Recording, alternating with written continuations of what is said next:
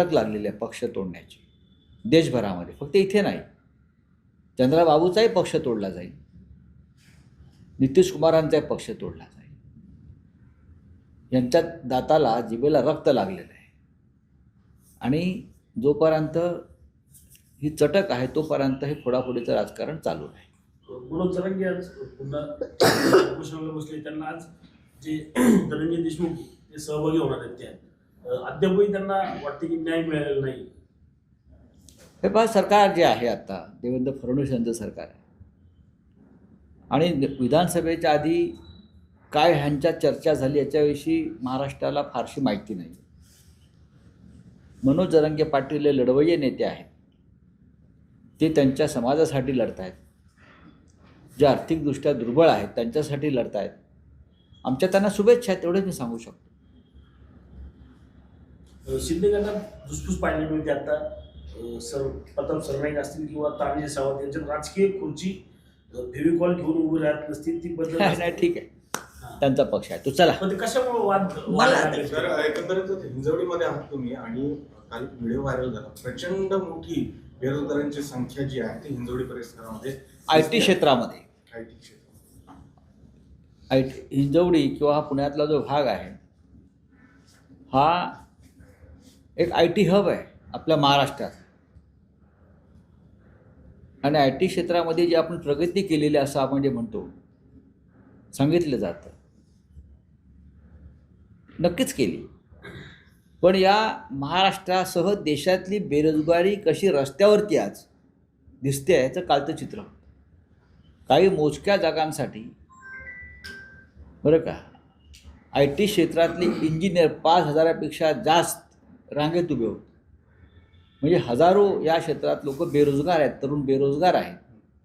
आणि महाराष्ट्राचे मुख्यमंत्री हे दावोसमधून इथे परकीय गुंतवणूक आणत आहेत रोजगार वाढवण्यासाठी, उद्योग वाढवण्यासाठी. आज राज्यामधली परिस्थिती काय आहे या संदर्भात तुम्ही श्वेतपत्रिका काढली पाहिजे. बेरोजगारी संदर्भात अशी परिस्थिती, एका हिंजवडीमध्ये 5,500-6 हजार तरुण पदवीधर हे IT क्षेत्रातले हे नोकरीचे अर्ज घेऊन एका रांगेत उभे आहेत. गर्दी आहे, चेंगराचेंगरी आहे.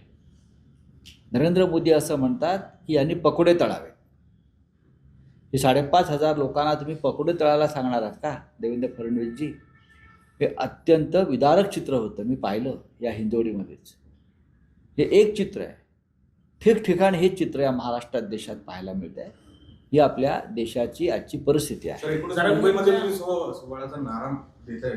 आता बोललो मी त्याविषयी बोलला, पण नवीन प्रयोग काही बघायला मिळणार का? शिवसेना अगदी ठाकरे बंधू एकत्र यावे हा जुना प्रश्न आहे फार. हा प्रश्न तुम्ही किती वर्ष विचारणार आहात? हा प्रश्न तुम्ही गेले 25 वर्ष 30 वर्ष विचारता आणि त्या प्रश्नाला कोणाकडे उत्तर नाही आहे. याचं कारण असं आहे की शिवसेनेने आपली भूमिका स्वीकारली. शिवसेना महाविकास आघाडीमध्ये आहे आणि जे पक्ष नरेंद्र मोदी आणि अमित शहा आणि महाराष्ट्राचे शत्रू आहेत सगळे त्यांच्याबरोबर आहेत, ते कोणी असो, त्यांच्याशी कोणत्याही प्रकारची हातमिळवणी करायची नाही. हा आमचा स्वाभिमान आहे, हा महाराष्ट्राचा अभिमान आहे. जे अमित शहा आणि नरेंद्र मोदी महाराष्ट्राला लुटून गुजरातला ही लूट घेऊन चालले आहेत, तुम्ही त्यांच्याशी हातमिळवणी करणार कोणताही पक्ष असेल आणि तुम्ही आम्हाला सांगताय तुम्ही त्यांच्याशी हातमिळवणी करा. हे कोणत्याही मराठी माणसाच्या स्वाभिमानी मराठी माणसाच्या रक्तात नाही. अर्थात नितेश राणे ज्या पद्धतीने अलीकडे वक्तव्य येत आहेत, सभा असतील किंवा ज्या पद्धतीने मोठं तेढ निर्माण होण्याची शक्यता, त्यांचं सरकार त्यांचा पक्ष बघेल ना. सक्षम आहेत ते, सक्षम आहेत ते. त्यांचा देवेंद्र फडणवीस हे गृहमंत्री म्हणून फार सक्षम आहे. आपल्या लोकांना सोडायचं आणि विरोधकांना पकडायचं या बाबतीत त्यांचा हात कोणी धरणार नाही. प्रसाद लाडांनी जरांगेंच्या उपोषणावर मला माहिती भाष्य केले, नोटंकी म्हणून नाही केले. कुठल्या आकाराने सांगितलं? मनोज जरांगे हे सक्षम आहेत उत्तर द्यायला. आम्ही उत्तर द्यायची गरज नाही. थँक्यू.